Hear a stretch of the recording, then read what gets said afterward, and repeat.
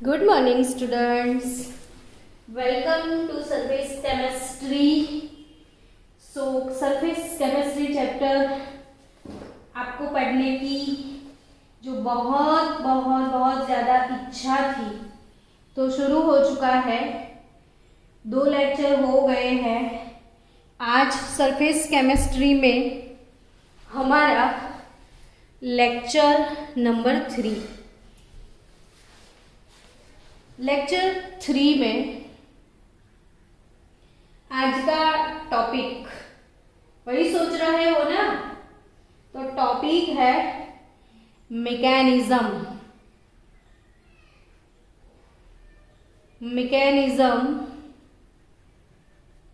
Of adsorption. बच्चों, कौन सा टॉपिक है? Mechanism of adsorption. तो स्टूडेंट्स, एडसॉर्प्शन का जो रीजन था वो तो मैंने पहले ही आपको एक्सप्लेन कर दिया था कि the reason for the adsorption is that the molecule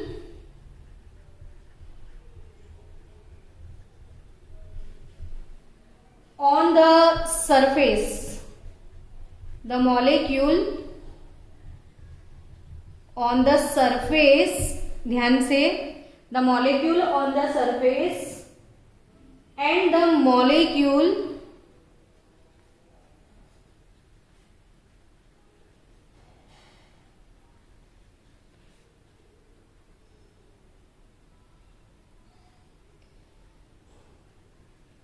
in the bulk,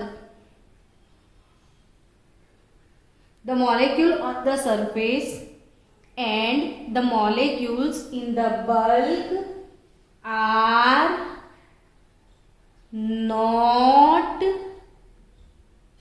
in the same condition। आज मैं जो टॉपिक करवाने जा रही हूँ ना बच्चों, mechanism of adsorption. Wait for 1 मिनट, आई एम जस्ट कमिंग। इसमें से भी क्वेश्चन आएंगे जी नीट के। तो आज मैकेनिज्म का जो थर्मोडायनामिक पार्ट है मुझे वो आपको सिखाना है, और वो सीखना ज़रूरी है आपके लिए, क्योंकि इनमें से एमसीक्यूज बोर्ड में भी, गुजकेट में भी, जी में भी, नीट में भी आएंगे। मैंने अलार्म बजा दिया कि आप नीट जी के लिए ये टॉपिक समझना जरूरी है ना। और ये मैं समझा चुकी हूँ कि the molecule on the surface and the molecule in the bulk are not in the same condition. यानी स्टूडेंट्स, मैंने आपको एक चीज़ सिखाई थी, 2 लेक्चर में मैंने रिपीट भी किया है। आज तीसरे लेक्चर में मैं फिर से ये रिपीट करती हूँ। समझो कि जो सरफेस वाले मॉलिक्यूल है उनको कौन अट्रैक्ट करता है। तो सरफेस वाले मॉलिक्यूल को आजू बाजू से, यहाँ से अट्रैक्शन फील होगा, इस साइड से अट्रैक्शन फील होगा, नीचे वाले मॉलिक्यूल इनको अट्रैक्ट करेंगे, यानी इनको डाउनवर्ड अट्रैक्शन फील होता है। लेकिन अबाउ द सरफेस इनको अट्रैक्ट करने वाला कोई नहीं है। तो इसीलिए जो सरफेस मॉलिक्यूल है उनके ऊपर कुछ रेसिड्यूअल फोर्सेस अप्लाई होते हैं, इम्बैलेंस्ड फोर्सेस अप्लाई होते हैं। ड्यू टू दैट इनको नीचे की तरफ अट्रैक्शन फील होता है। उसकी वजह से कोई इधर आया तो सीधा नीचे आ गया।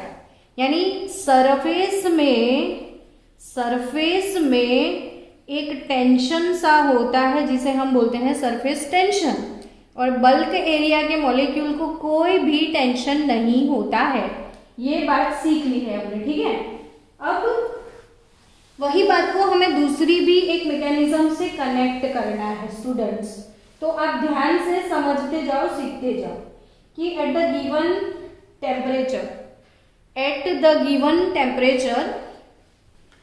And pressure, adsorption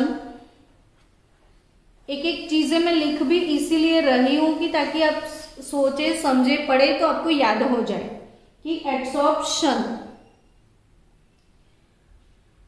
depends on the area of surface. आपका एब्सॉर्प्शन होने का रीजन था सरफेस टेंशन, है ना बच्चों। तो जब सरफेस टेंशन की वजह से ये एब्सॉर्प्शन हो रहा है तो ऑब्वियसली सरफेस जितना ज्यादा मिलेगा, सुनो ध्यान से, सरफेस जितना ज्यादा अवेलेबल होगा उतना ही एब्सॉर्प्शन इंक्रीज होता है। अब मैंने ये चीज आपको समझाई थी कि सपोज आप वाटर के अंदर एक बहुत बड़ा सा साकर का एक पीस डाल दो, इतना बड़ा वो टुकड़ा है, तो वो थक जाओगे, जल्दी डिजोल्व नहीं होगा। लेकिन बच्चों कहीं आपने इसको पाउडर करके डाल दिया, तो इसका ग्राइंडिंग कर लो, पाउडर बना लो, फिर पानी में डालो। तो ये जो एग्जाम्पल है ना, वो आपकी डे टू डे लाइफ में आप रोज यूटिलाइज करते हो, और रोज यूटिलाइज करोगे तो इसको आप अच्छे से समझ पाओगे कि हाँ ये तो हमने खुद लाइफ में ऑब्जर्व किया है। अब क्यों ऐसा हुआ वो भी समझो कि ये साकर का जो पीस आपने लिया इतना बड़ा, तो उसके आजू बाजू का ये जो है सरफेस, ये इतना ही सरफेस आपको अवेलेबल हुआ। लेकिन अगर आपने वो छोटे से पीसीस में उसको डिवाइड किया तो हर एक पार्टिकल के आजू बाजू का सरफेस आपको मिलेगा। यानी वाटर का हर एक पार्टिकल के सराउंडिंग्स में कॉन्टैक्ट सरफेस एरिया, ध्यान से सुनो, ये वाटर का कॉन्टैक्ट सरफेस एरिया ये पार्टिकल्स के अंदर बहुत ज्यादा हो गया। एंड ड्यू टू दैट बच्चों कि पाउडर फॉर्म में डालोगे तो मोर सरफेस यानी एरिया ऑफ सरफेस आपका इंक्रीज हो गया, and due to that absorption increase हो जाता है। So absorption depends upon the area of surface. Done. Now student याद रखो, more the area of surface, more the area of surface, more will be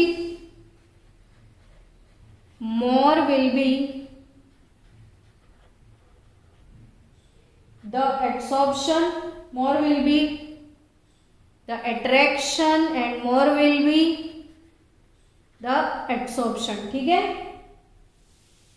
But if the area of surface is less like that, तो less surface area, less will be the attraction, less will be the absorption।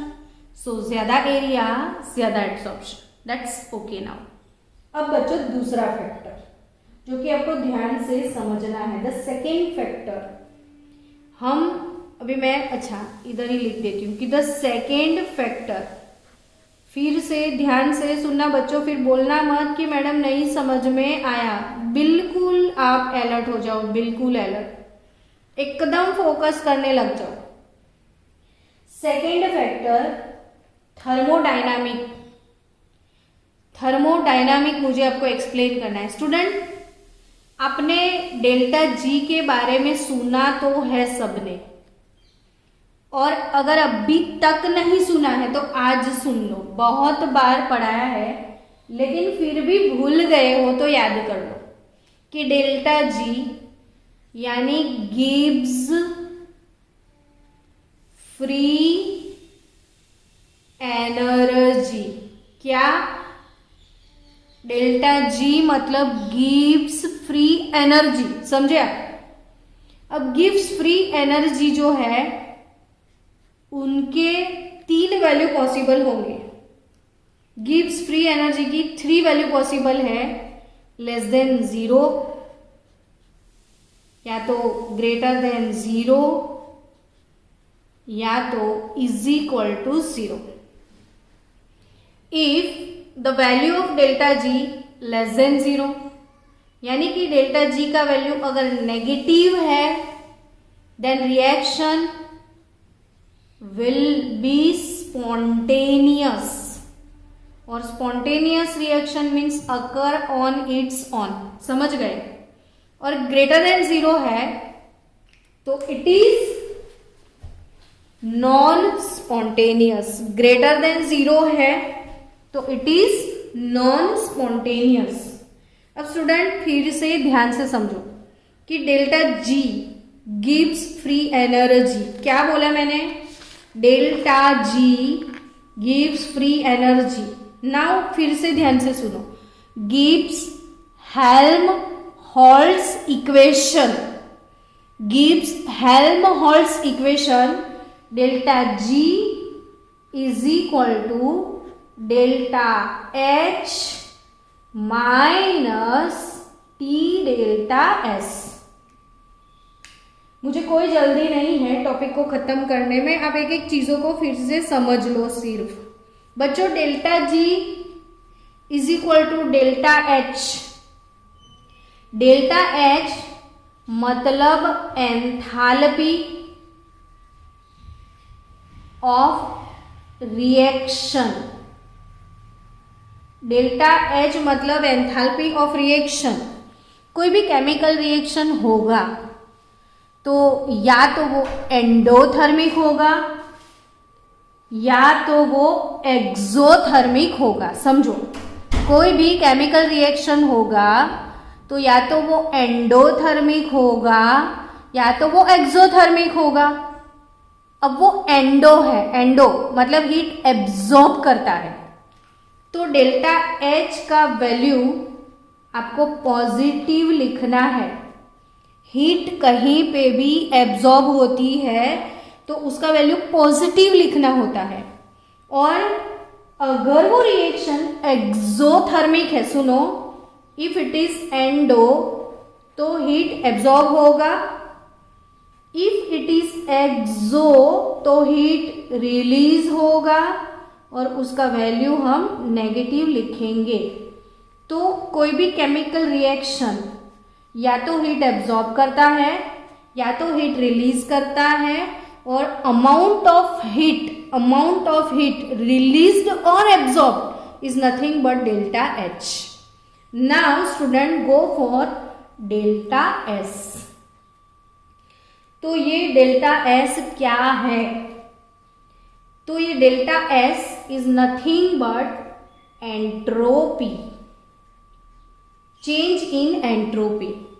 और entropy means randomness, entropy means randomness. Molecule gas के particle हमेशा random होते हैं।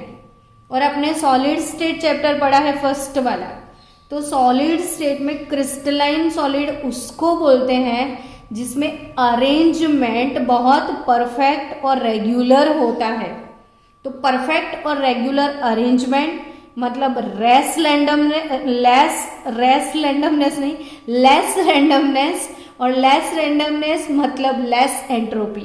तो solid का entropy कम होता है और गैस का एंट्रोपी सबसे ज्यादा होता है। तो entropy means randomness, T means temperature. अब बच्चों, ये वाला जो इक्वेशन है वो है गिब्स हेल्महोल्ट्ज इक्वेशन। अब मुझे एक चीज ये बताओ कि अपना जो एड्सॉर्प्शन वाला प्रोसेस है, यानी कि आपके घर में कहीं पे फर्श पे पानी पड़ा है, तो उस पानी में आपने स्पंज डाल दिया, तो स्पंज जो है वो पानी को अपने आप एब्जॉर्ब करेगा। यानी वो रिएक्शन यानी एड्सॉर्प्शन कैसा रिएक्शन है, तो वो स्पॉन्टेनियस है। एडसॉर्प्शन कैसा रिएक्शन है, तो वो स्पॉन्टेनियस रिएक्शन है, नॉन स्पॉन्टेनियस बिल्कुल भी नहीं है। तो adsorption is spontaneous reaction, adsorption is spontaneous. अब बच्चों, स्पॉन्टेनियस रिएक्शन जो भी होंगे उसका डेल्टा जी हमेशा लेस देन 0, यानी कि नेगेटिव होना चाहिए। So for adsorption delta G should be negative. अब वो नेगेटिव होगा तभी तो स्पॉन्टेनियस है ना। हम तो हमेशा फील करते हैं कि एडसॉर्प्शन तो अपने आप होता है, हमें प्रेशराइज नहीं करना पड़ता है। कहीं मिट्टी है तो पानी आप डालोगे तो वो अपने आप एब्जॉर्ब कर लेगा। पानी पड़ा है, स्पंज डालोगे तो वो अपने आप एब्जॉर्ब कर लेगा। कोई भी मेटल की सरफेस अपने आप रस्टिंग करती है। तो ये सारे स्पॉन्टेनियस रिएक्शन है, तो ये एडसॉर्प्शन स्पॉन्टेनियस है। तो उसके लिए डेल्टा जी हमेशा लेस देन 0 होना चाहिए। समझे आप? अब बच्चों आगे समझो कि ये जो डेल्टा जी लेस देन 0 होना चाहिए, तो इसमें एंट्रोपी की मैं बात करूं, पहले तो समझ लो कि कोई एक मेटल का सरफेस है, सपोज निकल मेटल है, ठीक है। अब आजू बाजू बहुत सारे गैस के पार्टिकल है, हाइड्रोजन गैस के पार्टिकल है, ये गैस है। गैस का रैंडमनेस सबसे ज्यादा होता है। अब धीरे धीरे गैस के पार्टिकल ये सारे निकल की सरफेस पे एब्जॉर्ब हो गए, यानी वो एक जगह पे स्टेबल हो गए, बैठ गए एक जगह पे स्टेबल। तो उनका जो रैंडमनेस है वो डिक्रीज हुआ। समझो बात को कि कोई भी गैस के पार्टिकल अगर मेटल की सरफेस पे एब्जॉर्ब हो गए तो रैंडमनेस यहाँ पे डिक्रीज हुआ। क्या हुआ? रैंडमनेस डिक्रीज हो गया।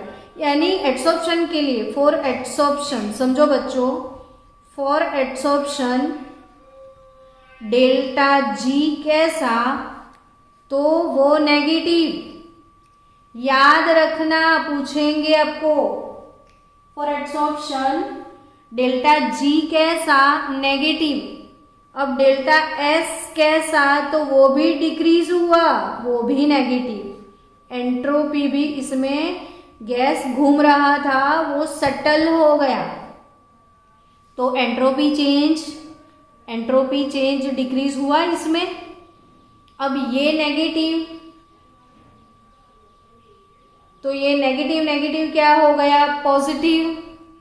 तो ऑब्वियसली अगर ये पॉजिटिव हो गया और आंसर तो अभी है, तो डेल्टा जी नेगेटिव है, तो इसका मतलब ये होता है कि 100% उसका डेल्टा एच नेगेटिव होगा।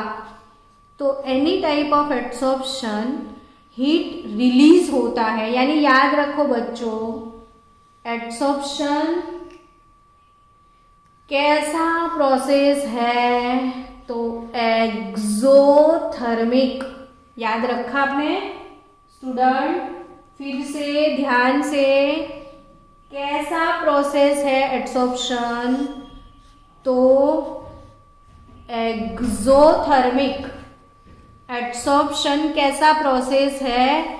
एक्सोथर्मिक। और एक्सोथर्मिक का एंथैल्पी लेस देन 0, यानी for adsorption delta G negative, delta H negative, delta S भी नेगेटिव, गिब्स फ्री एनर्जी भी नेगेटिव, एंट्रोपी भी नेगेटिव और एंथैल्पी चेंज भी नेगेटिव। अब फिर से मैं समझाती हूँ कि कोई भी आपने स्पंज ले लिया, ठीक है। स्पंज को आपने पानी में डाल दिया, अभी शुरुआत है, तो शुरुआत में क्या होगा, शुरुआत में इनिशियली क्या होता है। तो जैसे इनिशियल कंडीशन होती है तो एब्सॉर्प्शन बहुत फास्ट होता है। जैसे आपको बहुत ज़्यादा भूख लगी है, तो ओवर आपको भूख लगी है तो आप इनिशियली खाने बैठ जाओगे ना, तो आपका रिएक्शन बहुत फास्ट होगा। और फिर धीरे धीरे जैसे आप सैचुरेट होते जा रहे हो तो आपकी खाने की प्रोसेस भी थोड़ी स्लो डाउन हो जाएगी, है ना। तो वैसा ही एकदम ड्राई सरफेस पे जब एब्सॉर्प्शन स्टार्ट होता है तो वो स्लो डाउन होता है, काफ़ी फास्ट होता है। फिर वो धीरे धीरे धीरे अपनी सरफेस पे एब्जॉर्ब कर लिया तो वो स्लो डाउन हो जाएगा और एक लेवल ऐसा आएगा कि इनिशियली उसका डेल्टा जी लेस देन 0 होता है। धीरे धीरे धीरे धीरे डेल्टा जी का फॉर्मूला क्या है, delta H minus T delta S. अब इनिशियली फास्ट हो रहा है, initially absorption is very fast, so बहुत ज्यादा हीट रिलीज होगा, धमाधम हीट रिलीज करेगा। धमाधम एब्सॉर्प्शन होता है तो धमाधम हीट रिलीज होता है, यानी डेल्टा एच काफ़ी नेगेटिव होता जा रहा है क्योंकि ये पोर्शन तो ऑलरेडी पॉजिटिव है, ये नेगेटिव ये पॉजिटिव, तो ये नेगेटिव है। यानी अभी क्या है कि डेल्टा एच जो है it should be greater than of T delta S है, क्योंकि ये पोर्शन में डेल्टा एस नेगेटिव है तो ये पूरा पोर्शन ये नेगेटिव होने की वजह से पॉजिटिव हो जाएगा, तो इसको नेगेटिव बनना पड़ेगा तब जाके ये नेगेटिव आए, समझे आप। और वी नो दैट कि नेगेटिव ही है क्योंकि ये प्रोसेस हमारी स्पॉन्टेनियस है।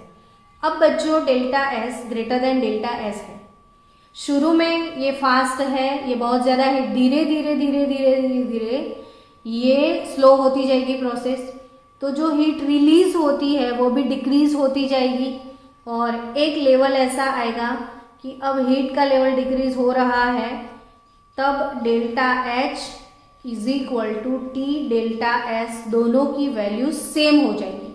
ये धीरे धीरे धीरे डिक्रीज होता जाएगा तो दोनों का value initially delta H greater than T delta S होता है। Then after some time delta H और टी डेल्टा एस सेम हो जाते हैं, और जब दोनों का वैल्यू, इसका नेगेटिव है पीछे वाला पॉजिटिव है, तो दोनों का वैल्यू सेम हो गया तो आंसर 0 आ गया। अब डेल्टा जी जब 0 बन जाता है तो इक्विलिब्रियम इक्विलिब्रियम इज एस्टेब्लिश्ड है, यानी सिस्टम इक्विलिब्रियम में आ जाती है। अब इक्विलिब्रियम क्या, तो ये निकल है, गैस के पार्टिकल उसने अपने सरफेस पे एब्जॉर्ब किए, फिर ये सारी सरफेस कवर हो गई, यानी कि सरफेस कवर हो गई मतलब ये सैचुरेट हो गया। अब आपको ऐसा लगता है, देखो स्पंज पानी में डाल दो तो स्पंज ने बहुत सारा पानी डकार मार के उसने एब्जॉर्ब कर लिया, यानी वो पूरा पानी से तरबतर हो गया। अब आप सोचोगे कि इस पे पानी डालेंगे तो अब ये एब्सॉर्प्शन नहीं होगा, तो ऑब्वियसली नहीं होगा क्योंकि उस स्टेज पे स्पंज के अंदर इक्विलिब्रियम आ गया है। अब इक्विलिब्रियम मतलब क्या बच्चों, तो जितने पानी के मॉलिक्यूल का एब्सॉर्प्शन होगा लास्ट में, एक तो ये सैचुरेट हो गया, उसके बाद वो थोड़ा सा पानी एब्जॉर्ब जितना ही करेगा उतना ही पानी का मॉलिक्यूल का डिसॉर्प्शन भी होगा, यानी एक वो डकार मार के सैचुरेट हो गया, फिर आपको लगता है कि वहाँ पे अब वो गैस एब्जॉर्ब नहीं हो रहा है, लेकिन वहाँ पे प्रोसेस चालू होता है।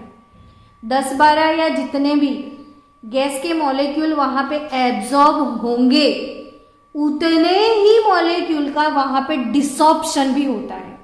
एड्सॉर्प्शन और एड्सॉर्प्शन का ऑपोजिट फिनोमेना है डिसॉर्प्शन। तो एड्सॉर्प्शन और डिसॉर्प्शन दोनों के बीच में डायनामिक इक्विलिब्रियम एस्टैब्लिश हो जाता है, तब डेल्टा जी 0 हो जाता है, इक्विलिब्रियम आ जाता है, और आपको लगता है कि बस अब एड्सॉर्प्शन नहीं होगा। तो यानी कि ये पूरा मैकेनिज्म आप समझ गए कि for adsorption delta H according to second law of thermodynamic हम बोल सकते हैं कि for any spontaneous reaction delta G must be negative, hence in Helmholtz equation delta G is equal to delta H minus T delta S. The value of S is decreasing, so the T delta S will be negative, और ये portion negative है तो negative negative positive होता जाएगा। लेकिन मैंने 3, 4, 5 बार आपको याद रखने के लिए बोला है कि एड्सॉर्प्शन एक्सोथर्मिक है। सरफेस के अंदर बहुत टेंशन होता है और वो सरफेस किसी को एब्जॉर्ब करता है तो अपने अंदर से बहुत सारी हीट बाहर फेंक देगा। यानी समझो कि एड्सॉर्प्शन की वजह से सरफेस एनर्जी डिक्रीज होता है। फिर से ध्यान से सुनो, due to adsorption surface energy decreases. Due to adsorption surface energy decreases, so delta H for adsorption is always negative, delta G is always negative, and entropy delta S is also negative। तो तीनों negative होंगे इसमें, आपको ये MCQ में आएगा तो आपको याद रखना है। चलो बच्चों, अब थोड़ा आगे बढ़ते हैं, तो have a break, have a KitKat. मुझे 5 मिनट चाहिए, पानी पीना है। स्टूडेंट्स, अब हमारा नेक्स्ट टॉपिक है types of adsorption. Next topic कौन सा है? Type of adsorption. तो टाइप ऑफ एड्सॉर्प्शन, इसमें आप याद रखना, there are 2 type of adsorption. One is physical adsorption and the other one is chemical adsorption. Physical adsorption को बच्चों हम फिजिसॉर्प्शन और chemical adsorption को केमिसॉर्प्शन भी बोल सकते हो। मैं आपको एक सिंपल सा एग्जाम्पल दे रही हूं कि देखो स्टूडेंट, आपने आइस का एक क्यूब लिया, आइस क्यूब को एटमॉस्फेयर में खुला छोड़ दिया तो आइस क्यूब मेल्ट हो गया, है ना। आइस क्यूब क्या हुआ? मेल्ट हो गया, यानी वो सॉलिड स्टेट से वो लिक्विड स्टेट में कन्वर्ट हो गया। तो आइस का भी फॉर्मूला H2O ही है और लिक्विड यानी वाटर का फॉर्मूला भी H2O है। तो ये जो चेंज हुआ, आइस मेल्ट हो गया या फिर वो पानी जो है वेपराइज बन के स्टीम में कन्वर्ट होता है, तो इसमें वाटर जो सब्सटेंस है उसका कोई केमिकल कंपोजिशन चेंज नहीं होता है। जिसमें सब्सटेंस का केमिकल कंपोजिशन चेंज नहीं होता है, वैसे चेंज को हम फिजिकल चेंज बोलते हैं। ठीक है, क्या बोलते हैं? Physical change. बट बच्चों समझो कि कोई पेपर ले लिया आपने और पेपर को आपने वो जला दिया यानी इसका कंबशन हो गया, वो ऐश में कन्वर्ट हो गया, तो क्या वो ऐश से फिर से पेपर बन सकता है? नहीं, क्योंकि ना उसका पूरा केमिकल कंपोजिशन चेंज हो गया। जो पेपर था, ऑर्गेनिक कंपाउंड, उसका आपने कंबशन कर दिया ऑक्सीजन की प्रेजेंस में, तो कोई और चीज बन गई, यानी वो इरिवर्सिबल है। बट समझो कि पानी सॉलिड में जाता है, मतलब आइस मेल्ट हो गया सॉलिड टू लिक्विड, वही लिक्विड से आपको फिर से आइस बनाना है तो आप फ्रीज में डाल दो, बन जाएगा। यानी जो भी फिजिकल चेंज होते हैं बच्चों, फिजिकल चेंज होते हैं वो रिवर्सिबल होते हैं, रिवर्सिबल। और जो केमिकल चेंज होते हैं वो कोई स्पेसिफिक रीजन की वजह से होते हैं। अगर आयरन का रस्टिंग हो रहा है तो आयरन जो है उसका रस्टिंग होने का रीजन एक केमिकल कॉम्बिनेशन है, गैल्वेनिक सेल है। तो आयरन जब रस्टिंग करेगा तो उसके ऊपर जो रस्ट बनेगा वो Fe2O3 कोई नया कंपाउंड बन जाएगा। आयन नहीं रहेगा, आयन का ऑक्साइड बन जाएगा। तो वैसे ही ये केमिकल चेंज है। तो केमिकल चेंज क्यों होते हैं? तो ऑब्वियसली आयन जो है और ऑक्सीजन जो है, इन दोनों के बीच में इंटरेक्शन होता है, उन दोनों के बीच में बॉन्ड बनते हैं, कोई ना कोई अट्रैक्शन हुआ, कोई ना कोई बॉन्ड बना, उसकी वजह से ही आयन का जो है रस्टिंग हुआ, वरना नहीं होता। आप जानते हो कि गोल्ड का रस्टिंग नहीं होता है। क्यों? तो गोल्ड का रस्टिंग इसलिए नहीं होता है कि गोल्ड ऑक्सीजन के साथ रिएक्ट नहीं करता है। तो केमिकल रिएक्शन तब होते हैं जब एक स्पीसीज दूसरे स्पीसीज के साथ कोई केमिकल कॉम्बिनेशन करे, तब होता है, वरना नहीं होता है। यानी ये जो केमिकल रिएक्शंस हैं वो स्पेसिफिक होते हैं, किसी का किसी के साथ बॉन्डिंग बनता है तो ही होते हैं। बॉन्डिंग नहीं बनता है गोल्ड का ऑक्सीजन के साथ तो गोल्ड का रस्टिंग नहीं होता है। और केमिकल रिएक्शन जो भी होते हैं इसमें केमिकल कंपोजिशन चेंज होते हैं तो ऑब्वियसली उसे टेम्परेचर, प्रेशर दोनों ही इफेक्ट करते हैं। उसके लिए बहुत ज़्यादा हीट एनर्जी चाहिए होती है, या तो रिलीज होती है या तो एब्जॉर्ब होती है। लेकिन हम तो बात कर रहे हैं एब्जॉर्प्शन की, तो यहाँ पे एब्जॉर्ब होने के चांसेस कम है। As we know that absorption is exothermic process, तो हीट रिलीज होगा, लेकिन फिजिकल एब्जॉर्प्शन से केमिकल एब्जॉर्प्शन में हीट कम ज़्यादा रिलीज होगा, क्योंकि इसमें बॉन्ड बनते हैं, टूटते हैं, सब होता है, इसमें ऐसा कुछ नहीं होता है। तो बच्चों ये जो डिफरेंस है बोर्ड के लिए 3 मार्क्स में आएगा और इम्पॉर्टेंट भी है, क्योंकि आपका जो 30% सिलेबस जो रिड्यूस हो चुका है, इसमें से पीछे वाले टॉपिक रिड्यूस है, ये सारे टॉपिक बोर्ड इंक्लूडेड टॉपिक है। अब जब इस चैप्टर में से बहुत ही कम टॉपिक लिए हैं तो इसके आने के चांसेस बहुत ज़्यादा बढ़ जाते हैं। तो आप इसको अच्छे से प्रिपेयर करना। ये क्वेश्चन कम से कम 3 टाइम बोर्ड में पूछ भी लिया है। मार्च 2016 में भी ये क्वेश्चन था, तो अब इसको अच्छे से प्रिपेयर करना। दोनों का डिफरेंस ही पूछेंगे आपको। फिजिकल एब्जॉर्प्शन और केमिकल एब्जॉर्प्शन, इसमें सबसे पहला डिफरेंस है कि फिजिकल एब्जॉर्प्शन की वजह क्या है। तो there are some Van der Waals forces between adsorbate and adsorbent, ठीक है, बिटवीन एड्सोर्बेट एंड एड्सोर्बेंट। तो फिजिकल एब्जॉर्प्शन होने का reason some van der Waals forces between adsorbate and adsorbent. तो केमिकल क्यों होगा? तो there are chemical bond type forces, यानी कोवेलेंट बॉन्ड बन सकता है, आयोनिक बॉन्ड होगा, हाइड्रोजन बॉन्ड हो सकता है, whatever the bond here.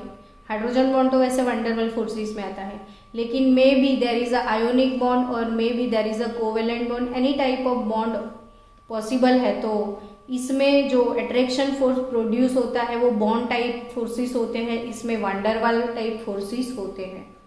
Second change की बात करूं तो the value of adsorption enthalpy, adsorption enthalpy, adsorption enthalpy का वैल्यू जो है वो लेस होता है, और कितना लेस, तो 20 to 40 किलो जूल पर मोल होता है, kilo joule per mole. So it is less negative. Negative इसलिए कि भाई ये एक्सोथर्मिक प्रोसेस है। चलो इसका सेकेंड डिफरेंस कि the adsorption enthalpy is about 80 to 240 kilo joule per mole. It is more negative, तो it is more and negative होगा, and this is more negative value, this is less negative value. For physical change generally all result at low temperature and adsorption decreases with increase in temperature। तो generally जितने भी physical adsorption है, फिजिसॉर्प्शन है, वो low temperature पे भी हो जाते हैं। Possible, it is also possible at low temperature. और ये रिएक्शन कैसा है बच्चों, तो एक्सोथर्मिक रिएक्शन है। As adsorption is exothermic. Exo यानी वो खुद हीट रिलीज करता है, यानी ये खुद समर है, ठीक है। जो हीट रिलीज करेगा वो समर होगा। अब समर में कोई आपका टेम्परेचर और बढ़ा है तो आपको गुस्सा आ जाए, नहीं चाहिए, मुझे एसी चाहिए। तो ये एड्सॉर्प्शन वाला प्रोसेस जनरली कैसा है, एक्सोथर्मिक है, ठीक है।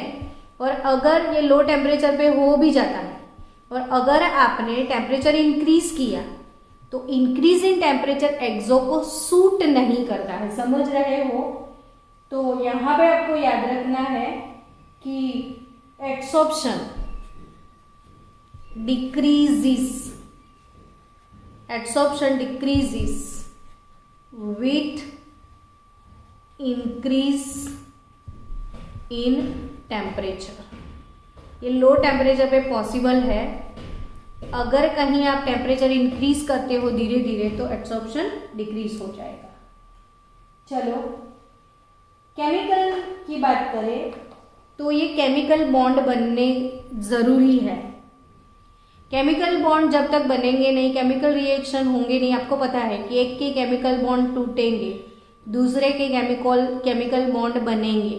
अब किसी के बॉन्ड को तोड़ने के लिए थोड़ा बहुत एनर्जी तो चाहिए होता है, यानी जो केमिकल एड्सॉर्प्शन है it results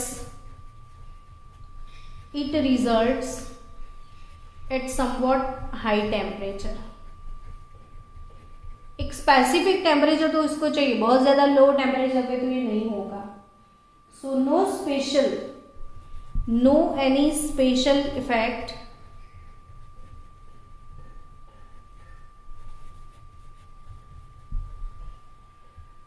in increase in temperature.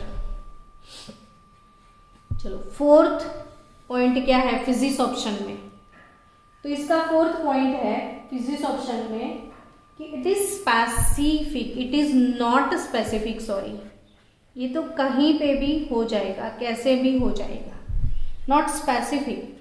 जबकि केमिसॉर्प्शन जो है वो थोड़ा स्पेसिफिक है, इट इज स्पेसिफिक बिकॉज ये तब भी होगा जब बॉन्ड बनने के चांसेस होंगे, समझ रहे हो। तो it result if there is a possibility of chemical bond formation only. Then ये फिफ्थ टॉपिक, ये फोर्थ वाला, फिफ्थ वाला, इट इज इंस्टेंटेनियस, तुरंत हो जाता है। तो इंस्टेंटेनियस यानी बच्चों आपको पता है कि जैसे ही फर्श पे पानी पड़ा है, स्पंज डाल दिया, दमादम एब्जॉर्ब हो जाएगा।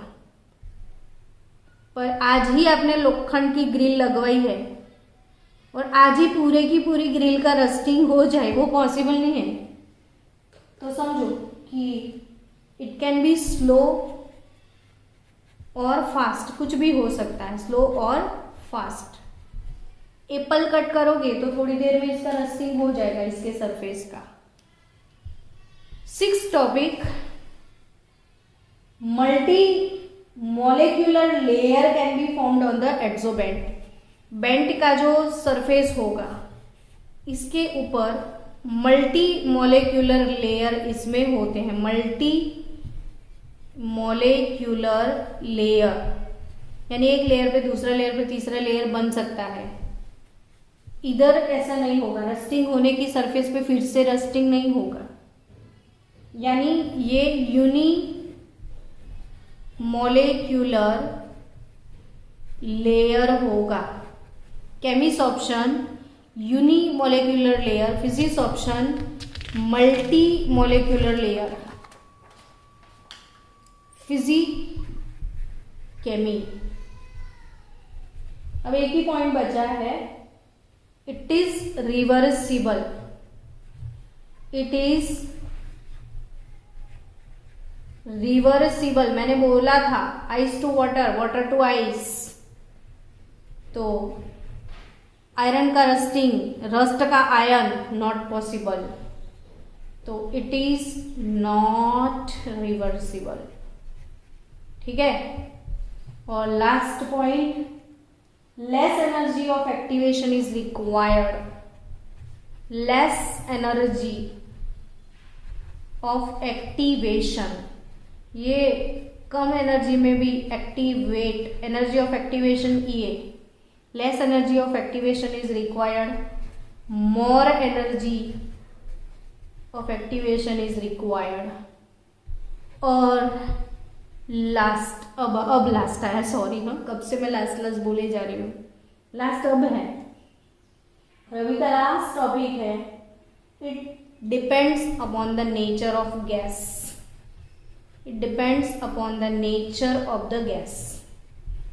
एक चीज याद रखना, ऐसे गैस जिसका क्रिटिकल टेम्परेचर हाई होता है।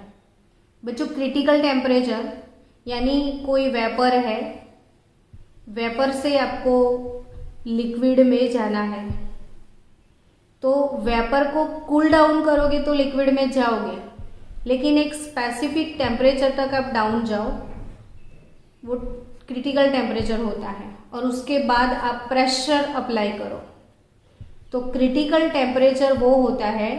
उसके बाद गैस के ऊपर जब प्रेशर अप्लाई होता है तो वो लिक्विड में कन्वर्ट हो जाता है। अब जिसका हाई है यानी ऊपर है, तो टीसी जिसका हाई होता है उसका एब्सॉर्प्शन ज़्यादा होता है। तो high critical temperature, more will be the absorption.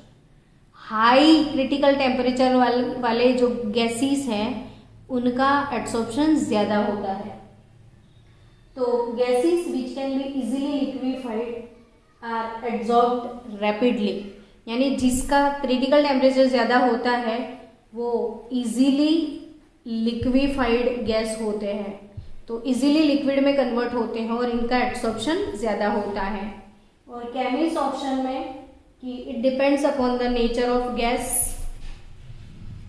अगर वो गैस और सरफेस दोनों के बीच में कोई केमिकल बॉन्ड बनने के चांसेस हैं तो ही होगा। सो यहाँ पे ऐसा वो क्रिटिकल टेम्परेचर वगैरह कोई पॉसिबिलिटी नहीं है। तो ये हो गया difference between chemist option and physics option. इसके बाद वाला टॉपिक है फैक्टर्स अफेक्टिंग ऑन एब्सॉर्प्शन, वो हम इवनिंग सेशन में आज पढ़ेंगे।